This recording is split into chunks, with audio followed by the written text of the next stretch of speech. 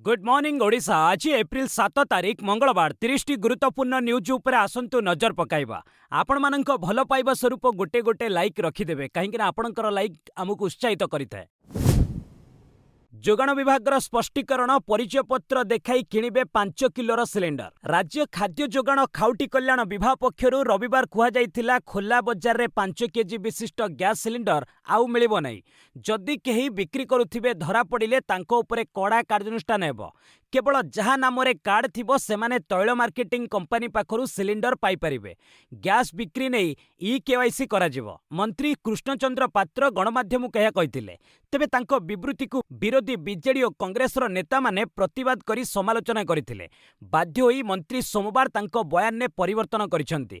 कहिसेंती प्रवासी श्रमिक और छात्र छात्री माने सेमानंको परिचय पत्र देखाई तैल मार्केटिंग कंपनी पाखरु 5 केजी विशिष्ट सिलिंडर क्रय करि परिबे। भुवनेश्वर रे आजाद नगर विस्फोरण मामलार तदंत करिबो एनआईए। राजधानी भुवनेश्वर सुंदरपदार न्यू आजाद नगर रे गत जानुआरी 27 तारिख रे एक भयंकर विस्फोरण होइतिला। एई घटना रे मुख्य अभियुक्त सेहनवाज मल्लिक ओरफ मफी एवं तांको मांकर मृत्यु होइतिला।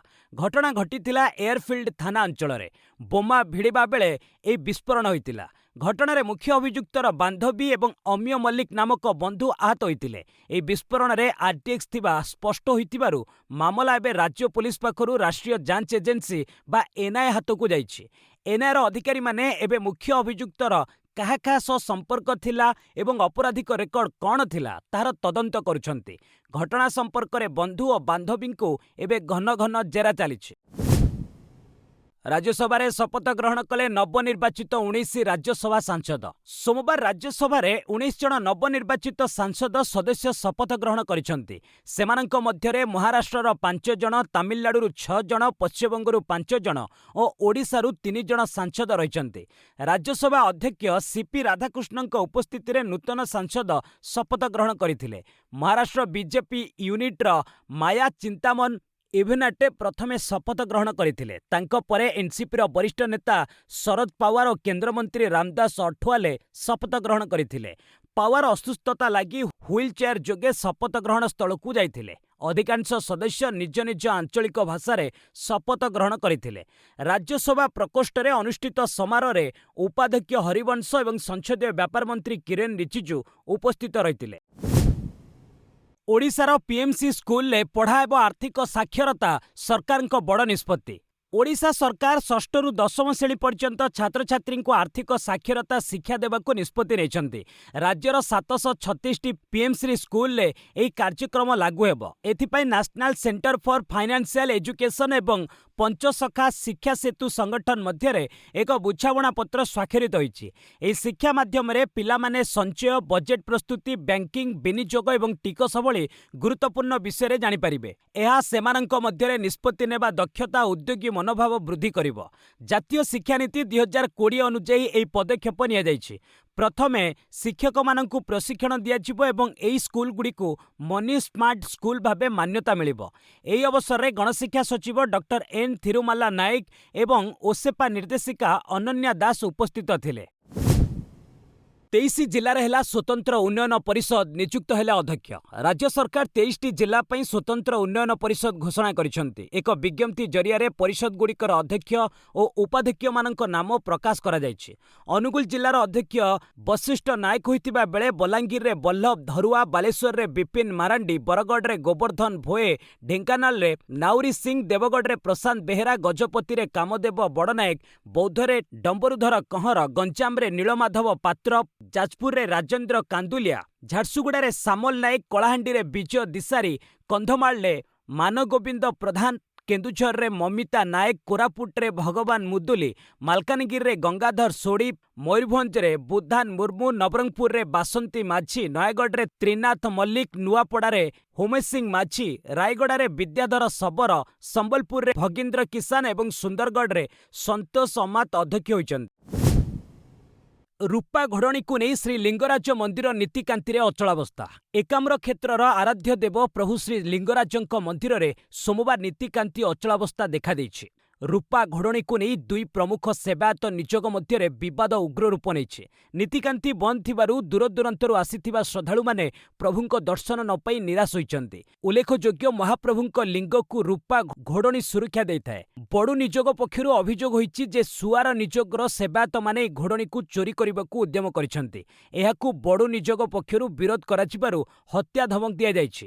ଏହି ବିବାଦ ସମ୍ପର୍କରେ ଶ୍ରୀଲିଙ୍ଗରାଜ ମନ୍ଦିର ପ୍ରଶାସନକୁ ଅବଗତ କରାଯିବା ସହ ସ୍ଥାନୀୟ ଥାନାରେ ମଧ୍ୟ ଅଭିଯୋଗ କରାଯାଇଛି। ମନ୍ଦିରର ନୀତିକାନ୍ତି ସ୍ୱାଭାବିକ କରିବାକୁ ପ୍ରଶାସନ ପକ୍ଷରୁ ଉଦ୍ୟମ କରାଯାଇଛି। ଓଡ଼ିଶାରେ ବଢ଼ୁଛି ଗ୍ରୀଷ୍ମ ପ୍ରକୋପ 38.3 ଡିଗ୍ରୀ ସହ ବୌଦ୍ଧ ସବୁଠୁ ଉତ୍ତପ୍ତ। ସୋମବାର ଓଡ଼ିଶାର ବିଭିନ୍ନ ସ୍ଥାନରେ ତାପମାତ୍ରା ବୃଦ୍ଧି ପାଇବା ସହ ଗ୍ରୀଷ୍ମ ପ୍ରକୋପ ଅନୁଭୂତ ହୋଇଛି। ଭାରତୀୟ ପାଣିପାଗ ବିଭାଗ ଅନୁଯାୟୀ ବୌଦ୍ଧ ରାଜ୍ୟର ସବୁଠାରୁ ଉତ୍ତପ୍ତ ସହର ଭାବେ 38.3 ଡିଗ୍ରୀ ସେଲସିୟସ୍ ତାପମାତ୍ରା ରେକର୍ଡ କରିଛି। ସେହିପରି ରାଜଧାନୀ ଭୁବନେଶ୍ୱରରେ 34.8 ଡିଗ୍ରୀ ଏବଂ କଟକରେ 33.4 ଡିଗ୍ରୀ ତାପମାତ୍ରା ରହିଥିବା ବେଳେ ବଲାଙ୍ଗୀରରେ 37.2 ଡିଗ୍ରୀ, ହୀରାକୁଦରେ 36.8 ଡିଗ୍ରୀ ଏବଂ ସମ୍ବଲପୁରରେ 36.2 ଡିଗ୍ରୀ ରେକର୍ଡ କରାଯାଇଛି। ଅପରପକ୍ଷରେ ତାଳଚେରରେ ସବୁଠାରୁ କମ୍ 28 ଡିଗ୍ରୀ ତାପମାତ୍ରା ରହିଥିଲା। ଆଗାମୀ ଦିନରେ ଗ୍ରୀଷ୍ମ ପ୍ରଭାବ ବଢ଼ିବା ସମ୍ଭାବନା ଥିବାରୁ ପାଣିପାଗ ବିଭାଗ ସତର୍କତା ଜାରି କରିଛି। ବିଶେଷକରି ଶିଶୁ, ବୃଦ୍ଧ ଏବଂ ଅସୁସ୍ଥ ବ୍ୟକ୍ତିମାନଙ୍କୁ ଖରାରୁ ରକ୍ଷା ପାଇବା ପାଇଁ ଆବଶ୍ୟକ ପଦକ୍ଷେପ ନେବାକୁ ପରାମର୍ଶ ଦିଆଯାଇଛି। ଇରାନର ସର୍ବୋଚ୍ଚ ନେତାଙ୍କ ପ୍ରତିନିଧି ମାଜିଦଙ୍କ ଚେତାବନୀ, ଟ୍ରମ୍ପଙ୍କ ଯୁଦ୍ଧ ନିଷ୍ପତ୍ତି ବଡ଼ ଭୁଲ। ଆମେରିକା ରାଷ୍ଟ୍ରପତି ଡୋନାଲ୍ଡ ଟ୍ରମ୍ପ ଇରାନକୁ ହର୍ମୁଜ ପ୍ରଣାଳୀ ଖୋଲିବା ପାଇଁ ଏକ ଅଲ୍ଟିମେଟମ୍ ଦେଇଛନ୍ତି, ଯାହାକୁ ନେଇ ଇରାନର ପ୍ରତିକ୍ରିୟା ଆସିଛି। ଭାରତରେ ଥିବା ଇରାନର ସର୍ବୋଚ୍ଚ ନେତାଙ୍କ ପ୍ରତିନିଧି ଅବଦୁଲ ମାଜିଦ ହାକିମ ଆମେରିକାକୁ ଚେତାବନୀ ଦେଇଛନ୍ତି।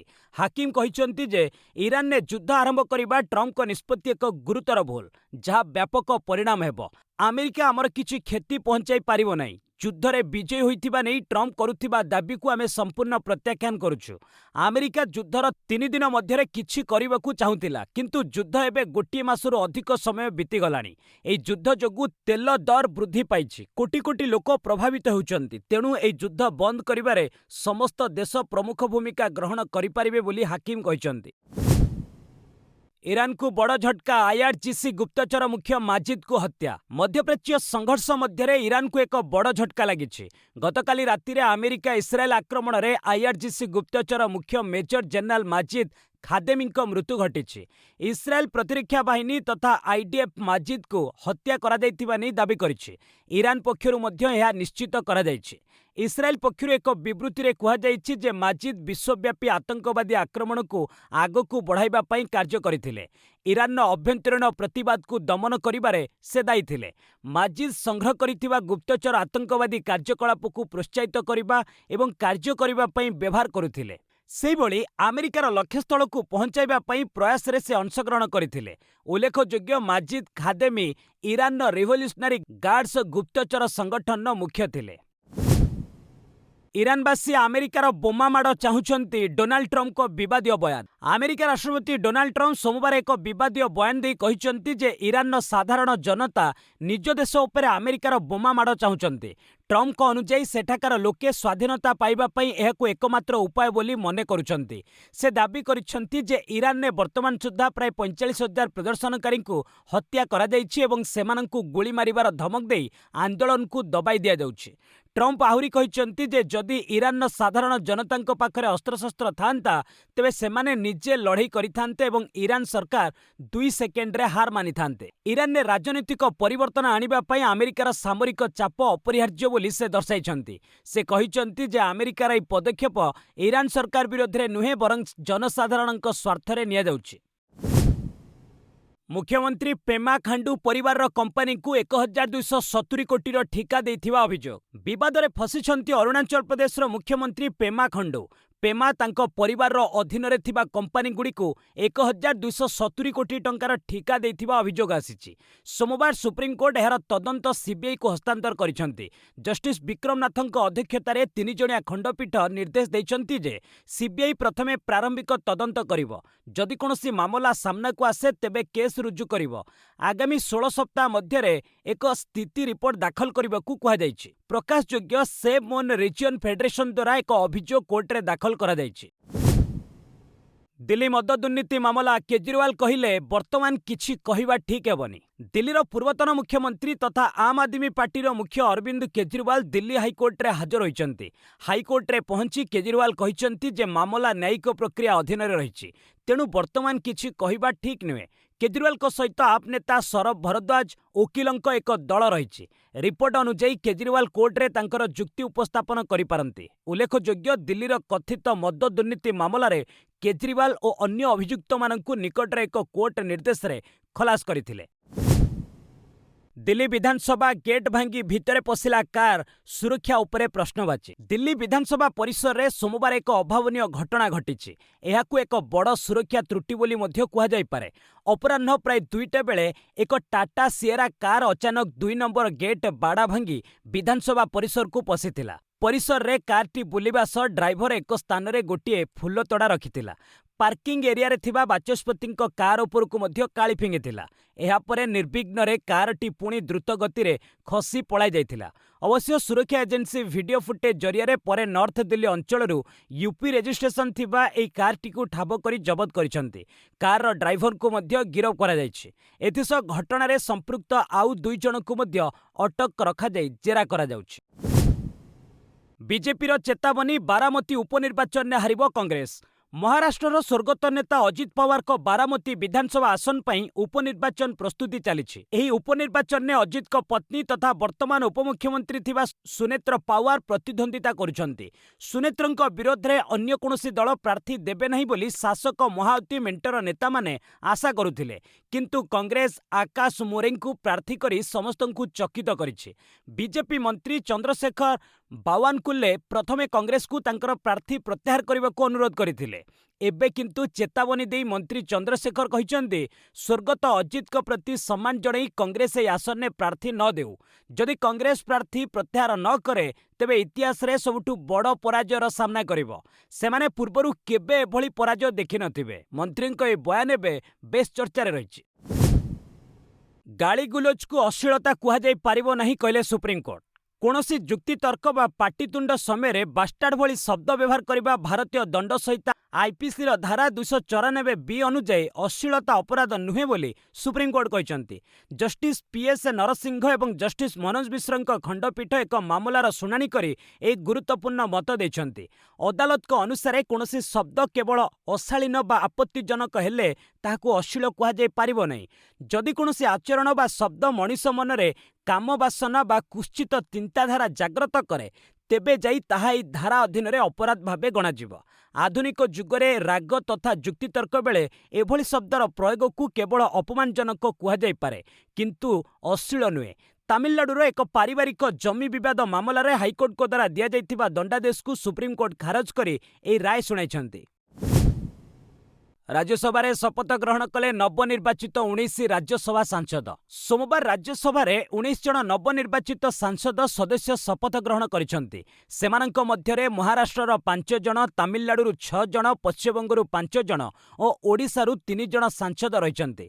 राज्यसभा अध्यक्ष सीपी राधाकृष्णनक उपस्थिति रे नूतन सांसद शपथ ग्रहण करथिले। महाराष्ट्र बीजेपी यूनिट्र माया चिंतामन इभिनाटे प्रथमे शपथ ग्रहण करथिले। तांको परे एनसीपी वरिष्ठ नेता शरद पवार और केंद्रमंत्री रामदास अठवाले शपथ ग्रहण करथिले। पवार असुस्थता लगी व्हील चेयर जोगे शपथ ग्रहण स्थल को जाइथिले। अधिकांश सदस्य निज निज आंचलिक भाषा शपथ ग्रहण करथिले।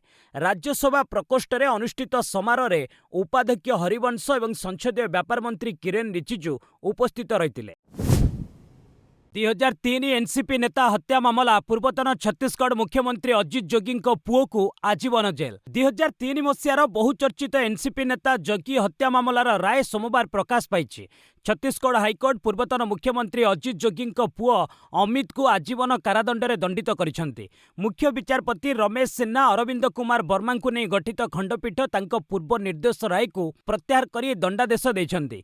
अमित को हत्या अपराधिक षड्यंत्र अभियोग रे दोषी साब्यस्त करा जाइथिला। एथिसह 1000 टंका जरिमाना करा जाइछि। कोर्ट के राय जहाँ छत्तीसगढ़ राजनीतिक दृश्यपटरे हईचई सृष्टि करिछि। प्रकाशयोग्य मामलाटी 4 जून 2003 मसीहार जेतबळे एनसीपीर वरिष्ठ नेता विद्याचरण शुक्लांक घनिष्ठ सहयोगी जोगी को स्पष्ट दिवालोकरे गुली करी हत्या करा जाइथिला। ତାମିଲନାଡୁ ନିର୍ବାଚନରେ ପ୍ରମୁଖ ଦଳର ନାହାନ୍ତି ବ୍ରାହ୍ମଣ ପ୍ରାର୍ଥୀ। ତାମିଲନାଡୁ ବିଧାନସଭା ନିର୍ବାଚନ ପାଇଁ ପ୍ରଚାର ଜୋର ଧରିଥିବା ବେଳେ ଏକ ମଜାଦାର ତଥ୍ୟ ପଦାକୁ ଆସିଛି। ରାଜ୍ୟର ନିର୍ବାଚନ ମଇଦାନରେ ଥିବା ପ୍ରମୁଖ ଦଳଗୁଡ଼ିକ ଏଭଳି ଏକ ରଣନୀତି ଆପଣାଇଛନ୍ତି ଯାହାକି ବିଗତ 35 ବର୍ଷରେ କେବେ ଦେଖିବାକୁ ମିଳିନଥିଲା। ରାଜ୍ୟର ପ୍ରମୁଖ ରାଜନୈତିକ ଦଳ ଦ୍ରାବିଡ଼ ମୁନେତ୍ର କାଝାଗମ୍ ବା ଡିଏମ୍କେ, ଅଲ୍ ଇଣ୍ଡିଆ ଆନ୍ନା ଦ୍ରାବିଡ଼ ମୁନେତ୍ର କାଝାଗମ୍ ବା ଆଇଡିଏମ୍କେ, କଂଗ୍ରେସ କିମ୍ବା ଭାରତୀୟ ଜନତା ପାର୍ଟି ବା ବିଜେପିର ପ୍ରାର୍ଥୀ ତାଲିକାରେ ଜଣେ ହେଲେ ବ୍ରାହ୍ମଣ ନାହାନ୍ତି। ଅବଶ୍ୟ ଅଭିନେତା ବିଜୟଙ୍କ ଦଳ ତାମିଲେଗା ଭେଟି କାଝାଗମ୍ 2 ଜଣ ବ୍ରାହ୍ମଣ ପ୍ରାର୍ଥୀଙ୍କୁ ଛିଡ଼ା କରିଛି। ସିମନଙ୍କ ଦଳ ନାମ ତାମିଲର କାଚି 6 ଜଣ ବ୍ରାହ୍ମଣଙ୍କୁ ପ୍ରାର୍ଥୀ କରିଛି। ରାଜନୈତିକ ବିଶେଷଜ୍ଞଙ୍କ ମତରେ ଏହାକୁ କେବଳ ଏକ ସଂଯୋଗ କୁହାଯାଇ ନପାରେ। ଏହା ରାଜ୍ୟର ସାମାଜିକ ଏବଂ ନିର୍ବାଚନୀ ଗଣିତର ପ୍ରତିଫଳନ କହିଲେ ଅତ୍ୟୁକ୍ତି ହେବ ନାହିଁ। ତାମିଲନାଡୁରେ ବ୍ରାହ୍ମଣ ସମ୍ପ୍ରଦାୟ ମୋଟ ଜନସଂଖ୍ୟାର 3%। ଅଶୋଧିତ ତୈଳ ଦରରେ ହ୍ରାସ। ଆମେରିକା ଏବଂ ଇରାନ ମଧ୍ୟରେ ଏକ ସମ୍ଭାବ୍ୟ ଯୁଦ୍ଧବିରତି ଚୁକ୍ତି ଖବର ପରେ ସୋମବାର ଅନ୍ତର୍ଜାତୀୟ ବଜାରରେ ଅଶୋଧିତ ତୈଳ ଦର କିଛିଟା ହ୍ରାସ ପାଇଛି। ବ୍ରେଣ୍ଟ କ୍ରୁଡ୍ ମୂଲ୍ୟ 1% ହ୍ରାସ ପାଇ ବ୍ୟାରେଲ ପିଛା $107.93 ରହିଛି। ପୂର୍ବରୁ ଆମେରିକା ରାଷ୍ଟ୍ରପତି ଡୋନାଲ୍ଡ ଟ୍ରମ୍ପ ଇରାନକୁ ହର୍ମୁଜ ପ୍ରଣାଳୀ ଖୋଲିବା ପାଇଁ ମଙ୍ଗଳବାର ପର୍ଯ୍ୟନ୍ତ ସମୟସୀମା ଧାର୍ଯ୍ୟ କରିବା ସହ ଆକ୍ରମଣର ଧମକ ଦେଇଥିଲେ। ତେବେ ପାକିସ୍ତାନର ମଧ୍ୟସ୍ଥତାରେ ଏକ 45 ଦିନିଆ ଶାନ୍ତି ଚୁକ୍ତି ପାଇଁ ଆଲୋଚନା ଚାଲିଥିବା ରିପୋର୍ଟ ନିବେଶକଙ୍କ ମଧ୍ୟରେ ସାମାନ୍ୟ ଆଶ୍ୱସ୍ତି ଆଣିଛି। ଏହି ଗୁରୁତ୍ୱପୂର୍ଣ୍ଣ ସାମୁଦ୍ରିକ ପଥ ଦେଇ ବିଶ୍ୱର ପ୍ରାୟ 20% ତୈଳ ପରିବହନ ହୋଇଥାଏ। ଅନ୍ୟପଟେ ଓପେକ୍ ପ୍ଲସ୍ ମଧ୍ୟ ମେ ମାସରୁ ତୈଳ ଉତ୍ପାଦନ ବଢ଼ାଇବାକୁ ନିଷ୍ପତ୍ତି ନେଇଛି। ତଥାପି ବିଶ୍ୱ ବଜାରରେ ମୁଦ୍ରାସ୍ଫୀତି ବଢ଼ିବା ନେଇ ଚିନ୍ତା ପ୍ରକଟ କରାଯାଇଛି। ଟିସିଏସ୍ ଚତୁର୍ଥ ତ୍ରୈମାସିକ ଫଳାଫଳ ଏପ୍ରିଲ 9ରେ ହେବ ଘୋଷଣା। ଭାରତର ସର୍ବବୃହତ ଆଇଟି କମ୍ପାନୀ ଟାଟା କନସଲ୍ଟାନ୍ସି ସର୍ଭିସେସ୍ ଆସନ୍ତା ଏପ୍ରିଲ 9ରେ ତାର ଚତୁର୍ଥ ତ୍ରୈମାସିକ ଆର୍ଥିକ ଫଳାଫଳ ଘୋଷଣା କରିବ। ଏଥିସହ କମ୍ପାନୀ 2025-26 ଆର୍ଥିକ ବର୍ଷ ପାଇଁ ଚୂଡ଼ାନ୍ତ ଲାଭାଂଶ ପ୍ରଦାନ ଉପରେ ବିଚାର କରିବ। ତେବେ ଘୋଷଣା ପୂର୍ବରୁ କମ୍ପାନୀରେ ବଡ଼ ଧରଣର ପରିବର୍ତ୍ତନ ଦେଖିବାକୁ ମିଳିଛି।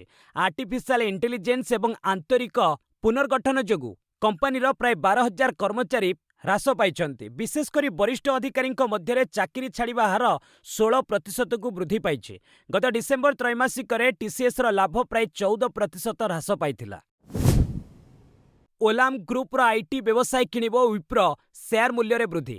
ଭାରତୀୟ ଆଇଟି କମ୍ପାନୀ ୱିପ୍ରୋ ସିଙ୍ଗାପୁରର ଓଲାମ ଗ୍ରୁପ୍ର ଆଇଟି ବ୍ୟବସାୟ ମାଇଣ୍ଡ ସ୍ପ୍ରିଣ୍ଟକୁ କିଣିବା ପାଇଁ ଚୁକ୍ତି କରିଛି। ଏହି ଚୁକ୍ତି $375 ମିଲିୟନ ବିନିମୟରେ ହୋଇଛି। ଏଥିସହ ଓଲାମ ଗ୍ରୁପ୍ ପକ୍ଷରୁ ୱିପ୍ରୋକୁ 8 ବର୍ଷ ପାଇଁ ଏକ ବଡ଼ ସର୍ଭିସ ଚୁକ୍ତି ମିଳିଛି, ଯାହାର ମୋଟ ମୂଲ୍ୟ $1 ବିଲିୟନରୁ ଅଧିକ ହେବ ବୋଲି ଆଶା କରାଯାଉଛି। ଏହି ଖବର ପ୍ରକାଶ ପାଇବା ପରେ ସୋମବାର ୱିପ୍ରୋର ସେୟାର ମୂଲ୍ୟରେ ପ୍ରାୟ 3.2% ବୃଦ୍ଧି ଘଟିଛି ଏବଂ ଏହା ନିଫ୍ଟି ଆଇଟି ସୂଚକାଙ୍କରେ ଶୀର୍ଷରେ ରହିଛି। ଏହି ଅଧିଗ୍ରହଣ ଦ୍ୱାରା ୱିପ୍ରୋ ଖାଦ୍ୟ, କୃଷି ବ୍ୟବସାୟ ଓ ସାଇବର ସୁରକ୍ଷା କ୍ଷେତ୍ରରେ ନିଜର ବୈଷୟିକ ଦକ୍ଷତା ବୃଦ୍ଧି କରିପାରିବ। ବିଶେଷଜ୍ଞଙ୍କ ଅନୁସାରେ ଏହା ୱିପ୍ରୋର ଏପର୍ଯ୍ୟନ୍ତର ସବୁଠାରୁ ବଡ଼ ଅଧିଗ୍ରହଣ ମଧ୍ୟରୁ ଅନ୍ୟତମ। ଭାରତର ସେବା କ୍ଷେତ୍ରରେ ମାନ୍ଦାବସ୍ଥା। ଭାରତର ସେବା କ୍ଷେତ୍ରର ଅଭିବୃଦ୍ଧି ମାର୍ଚ୍ଚ ମାସରେ ମନ୍ଥର ହୋଇ 14 ମାସର ସର୍ବନିମ୍ନ ସ୍ତରକୁ ଖସି ଆସିଛି। ଫେବୃଆରୀରେ ସର୍ଭିସେସ୍ ପିଏମ୍ଆଇ 58.1 ଥିବା ବେଳେ ମାର୍ଚ୍ଚରେ ଏହା 57.5କୁ ହ୍ରାସ ପାଇଛି। ଏହା ପୂର୍ବରୁ ଜାନୁଆରୀ 2025ରେ ଏହି ସୂଚକାଙ୍କ ସର୍ବନିମ୍ନ 56.5 ରହିଥିଲା। କେବଳ ସେବା କ୍ଷେତ୍ର ନୁହେଁ, ଉତ୍ପାଦନ ବା ମ୍ୟାନୁଫ୍ୟାକ୍ଚରିଂ କ୍ଷେତ୍ରରେ ମଧ୍ୟ ବଡ଼ ଧରଣର ହ୍ରାସ ପରିଲକ୍ଷିତ ହୋଇଛି। ମ୍ୟାନୁଫ୍ୟାକ୍ଚରିଂ ପିଏମ୍ଆଇ 56.9ରୁ ଖସି 53.9ରେ ପହଞ୍ଚିଛି, ଯାହା ଗତ ପ୍ରାୟ 4 ବର୍ଷ ମଧ୍ୟରେ ସବୁଠାରୁ କମ୍। ତଥ୍ୟ ଅନୁସାରେ ସେବା କ୍ଷେତ୍ର ତୁଳନାରେ ଉତ୍ପାଦନ କ୍ଷେତ୍ରର ଅଭିବୃଦ୍ଧି ଅଧିକ ତୀବ୍ର ଭାବେ ହ୍ରାସ ପାଇଛି। ଉଭୟ କ୍ଷେତ୍ରରେ ଗତିଶୀଳତା କମିବା ଆର୍ଥିକ ଅଭିବୃଦ୍ଧି ପାଇଁ ଚିନ୍ତାର ବିଷୟ ପାଲଟିଛି।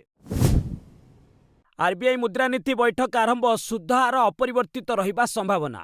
ଭାରତୀୟ ରିଜର୍ଭ ବ୍ୟାଙ୍କର ମୁଦ୍ରାନୀତି କମିଟିର 3 ଦିନିଆ ଗୁରୁତ୍ୱପୂର୍ଣ୍ଣ ବୈଠକ ସୋମବାରଠାରୁ ଆରମ୍ଭ ହୋଇଛି। ପଶ୍ଚିମ ଏସିଆ ସଙ୍କଟ ଯୋଗୁଁ ଅନ୍ତର୍ଜାତୀୟ ବଜାରରେ ଅଶୋଧିତ ତୈଳ ଦର ବ୍ୟାରେଲ ପିଛା $100 ଟପିଛି। ଏହି କାରଣରୁ ମୁଦ୍ରାସ୍ଫୀତି ବଢ଼ିବା ଆଶଙ୍କା ଥିବାରୁ ଆର୍ବିଆଇ ସୁଧ ହାରରେ କୌଣସି ପରିବର୍ତ୍ତନ ନ କରିବା ସମ୍ଭାବନା ଅଧିକ।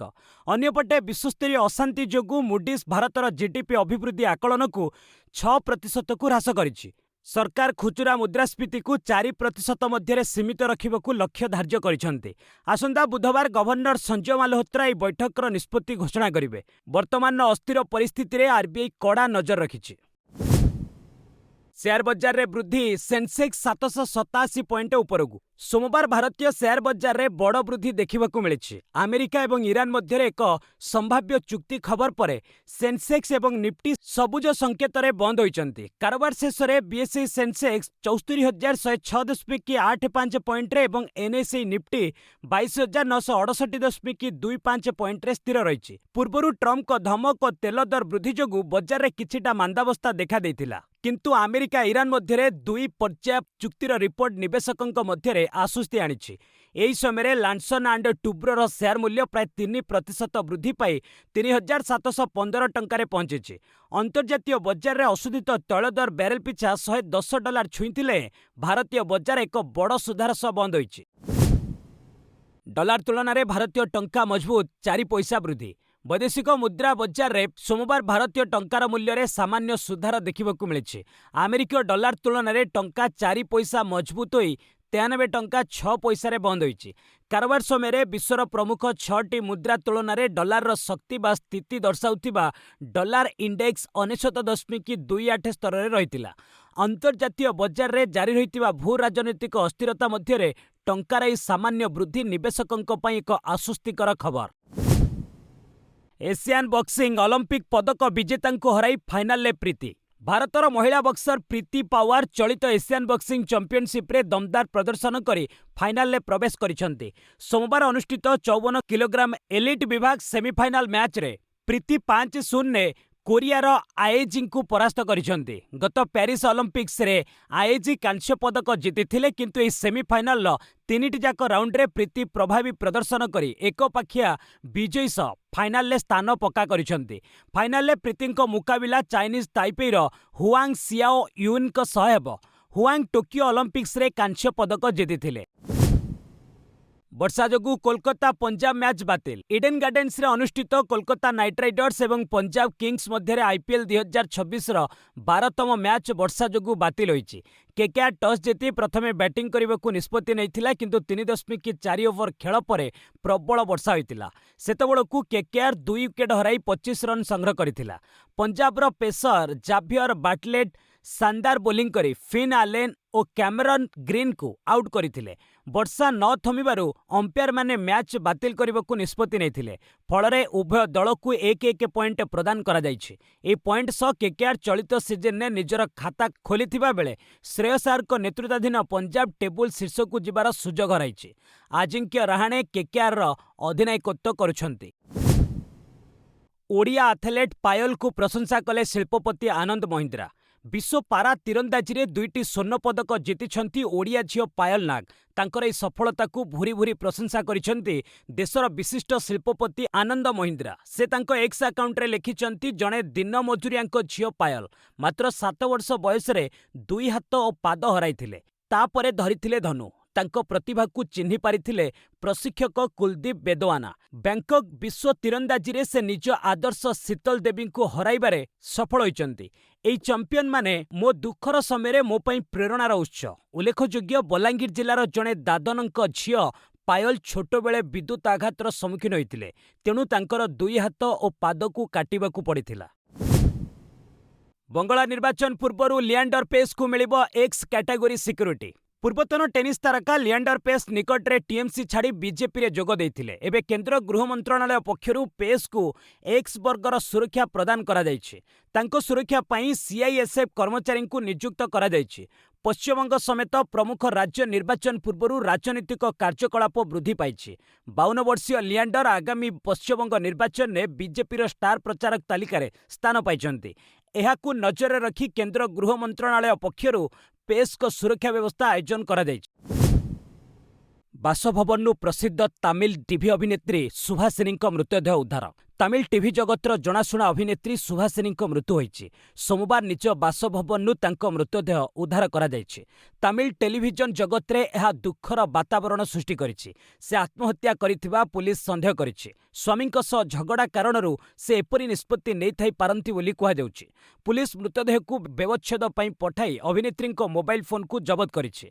श्रीलंकारु आसी तमिल टीवी जगत रे कायल धारावाहिक माध्यम सुहासिनी बेस लोकप्रिय हो पारिथिले। बस आज एट रखिबा पुणी नहीं आसबि लेटेस्ट अपडेट। से पर्यंत विदाय नउछि। जय हिंद, जय भारत।